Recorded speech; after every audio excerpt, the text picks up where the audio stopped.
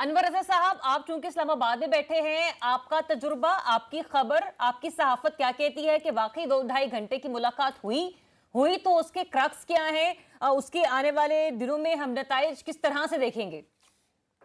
ضریاب barrister Gauhar, Bushra be be اور علی امین گنڈا پور، ان کے اسٹیبلشمنٹ سے اب بھی رابطے ہیں. مطلب آپ کی خبر یہ ہے؟ ٹھیک ہے جی بالکل اب بھی رابطے ہیں، لیکن بانی پی ٹی آئی کی ملاقات نہیں ہوئی. میں آج بھی کسی جگہ پر بیٹھا تھا اور میں نے بالکل یہ سوال کیا تو انہوں نے کہا کہ بالکل خان صاحب سے کسی طرح کا کوئی رابطہ نہیں. یہ انڈائریکٹلی رابطے کیے جا رہے ہیں اور رابطے ہو بھی رہے ہیں اور اب بھی رابطے موجود ہیں. ایک بات تو یہ ہے. دوسری بات جو آپ نے کہی، دیکھیے پاکستان میں جو تحریک انصاف ہے اس میں اب جو انتظامی ڈھانچوں میں تبدیلیاں کی جا رہی ہیں وہ کیوں کر کی جا رہی ہیں؟ اس کی وجہ یہ ہے کہ اب جو 8 فروری کو یوم سیاہ منایا جائے گا اس میں عوام کی جو نمائندگی ہے اس کو زیادہ بھرپور اجاگر کیا جائے گا. اسی لیے پنجاب میں عالیہ حمزہ کو لایا گیا کہ وہ چیف آرگنائزر بنے اور وہ عوام کو موبلائز کرے.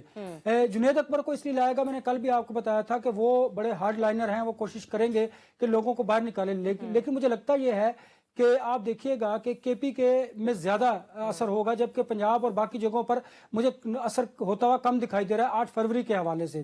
اور جو رابطے ہیں، دیکھیے ہمیشہ پس پردہ جو رابطے ہوتے ہیں انہی کی بنیاد پر جو ہے آپ کے معاملات حل ہوتے ہیں. جو پولیٹیکل فیس سیونگ کی میں بات کیا کرتا تھا کہ آپ نے دیکھا کہ جو کمیٹیوں کے مذاکرات ہو رہے ہیں وہ اب کہاں گئے. پہلے دن سے میں کہہ رہا تھا کہ یہ صرف پبلک کو دکھانے کے لیے، فیس سیونگ کے لیے. اب اگر مولانا فضل الرحمان صاحب نے کوئی ایک ملاقات کروا دی یا کوئی بات ہو گئی تو یہ معاملہ آگے بھی بڑھ سکتا ہے 31 سے پہلے. بہت زیادہ کم ہے، بہت ہی زیادہ کم ہے.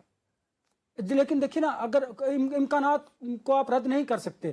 بعض اوقات آپ دیکھتی ہیں کہ 10% جو کام ہم سمجھتے ہیں کہ نہیں ہونے والا وہ ہو جایا کرتا ہے. اور سیاست میں کچھ بھی حرف آخر نہیں ہے، یہاں پر ہم نے بہت کچھ بدلتے ہوئے دیکھا ہے. آپ دیکھیں نا، جنید اکبر کی ہم نے بات کی، وہ متفقہ طور پر پبلک اکاؤنٹس کمیٹی کے چیئرمین منتخب ہو گئے ہیں. آپ کو نظر آ رہا ہے علی امین گنڈا پور کو کیوں ہٹایا گیا؟ چلیے آج اس کو بھی لیتے ہیں، آئی جی کو کیوں ہٹایا گیا؟ کیونکہ بشرا بی بی کی یہ خواہش تھی، وہ علی امین گنڈا پور کے قریبی جو عزیز ہیں ان میں سے وہ تھے، اس لیے ان کو بھی ہٹایا گیا. اب پنجاب کے پی کے اندر بھی جو پارٹی ہے اس کو ریوائیو کرنے کی ضرورت ہے، کیونکہ 26 نومبر کے بعد وہاں پر بھی لوگ مایوس ہوئے ہیں. پاکستان تحریک انصاف کے کارکنوں میں خاصی مایوسی پھیلی ہے، اس کو کم کرنے کے لیے یہ تبدیلیاں کی گئی ہیں. ٹھیک ہے، چلیں اس مایوسی کے جو اثرات ہیں وہ کہیں 8 فروری کے جلسے پر تو نہیں اثر انداز ہوں گے. اس پر بھی ڈیٹیل میں بھی گفتگو کرنی بھی، بانزی نظامی صاحب کے بھی کامنٹ رہتا ہے.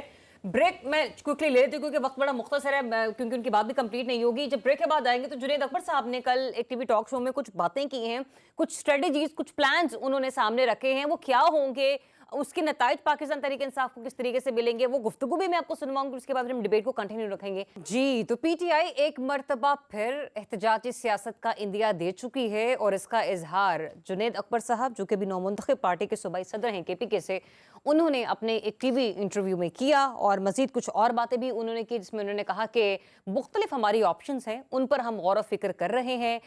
پیرالل ایشوز ہیں، مطلب ان کے پیرالل ان کے آپشنز ہیں. ایک تو یہ کہ 8 فروری کو ہی صوابی میں جلسہ ہوگا اور 8 فروری کو ہی مینار پاکستان میں بھی پاکستان تحریک انصاف جلسہ کرنے جا رہی ہے. لیکن اس سے پہلے ان کی کوشش یہ ہے کہ گرینڈ اپوزیشن الائنس کے ساتھ ان جلسوں کو ایک نئی شکل، ایک نیا جذبہ دیا جائے. اور اس میں اب سوال یہ پیدا ہوتا ہے کہ اگر مینار پاکستان جلسے کی اجازت پاکستان تحریک انصاف کو نہیں ملتی تو کیا گرینڈ اپوزیشن الائنس کی صورت میں شاہدہ خان عباسی صاحب، مولانا فضل الرحمان صاحب، مفتاح اسماعیل صاحب، مصطفیٰ نواز کھوکھر صاحب، محمود خان چغزئی صاحب، اگر ان میں سے کوئی درخواست دے دیتا ہے تو کیا مریم بی بی یا ان کی حکومت انکار کر دے گی انہیں مینار پاکستان جلسے سے؟ پہلے پوائنٹ کی طرف آتے ہیں. ماجد نظامی صاحب مجھے یہ بتائیے گا، جس طریقے سے پاکستان تحریک انصاف اب اپنے کارڈز شو کر رہی ہے احتجاجی سیاست کی، مطلوبہ نتائج اسے کس طریقے سے اور کیا حاصل ہو سکتے ہیں؟ جی مجھے لگتا ہے کہ مذاکرات کا معاملہ اس لیے بھی کھٹائی میں پڑا ہے کہ اس کی ایک بڑی واضح وجہ ہے، اور وہ یہ ہے کہ جب 8 فروری کا پہلا سال مکمل ہوگا تو تحریک انصاف بطور اپوزیشن جماعت یہ افورڈ نہیں کر سکتی کہ وہ ان دنوں کے اندر مذاکراتی عمل کے اندر شریک ہو. تو اس لیے لاجیکلی مجھے ان کی یہ اسٹریٹجی درست لگتی ہے کہ وہ 1 آدھ مہینہ اس چیز کو تھوڑا سا ڈاؤن پلے کریں گے تاکہ ان کے کارکنان کو، ان کے ووٹرز کو یہ تاثر نہ جائے کہ جس دھاندلی کی بنیاد پہ آپ کے نام کی وجہ سے ہم نے مارے کھائیں، جیلوں میں گئے، اس دھاندلی کا جب دن آ رہا ہے یا اس کا سال مکمل ہو رہا ہے تو اس وقت پارٹی مذاکرات میں مصروف ہے. تو اس لیے مجھے لگتا ہے کہ یہ 3-1 ہفتے کا ایک گیپ آئے گا جس کے اندر تحریک انصاف تھوڑا سا احتجاج پہ فوکس کرے گی، تاکہ وہ جو 8 فروری کی میرا جو ایکٹیویٹی ہے، اپنا خبر ہے، یہ جو میری معلومات ہے اس کے مطابق تو جو 2-2.5 گھنٹے کی ملاقات ہوئی ہے اس میں وہ جیسے بھی سارانہ صاحب نے بھی کہا تھا کہ یہ میسج کنوے کیا گیا بانی پی ٹی آئی کو کہ آپ تھوڑا اپنا رویہ نرم رکھیں مطلب دیگر معاملات کی طرف، اور دوسرا یہ بھی کہ احتجاج اور جلسے اپنے اب آپ کر سکتے ہیں، وہاں سے کہیں نہ کہیں اس بات کی تھوڑی بہت انہیں دی گئی ہے، کشن دیا گیا، پرووائڈ کیا گیا۔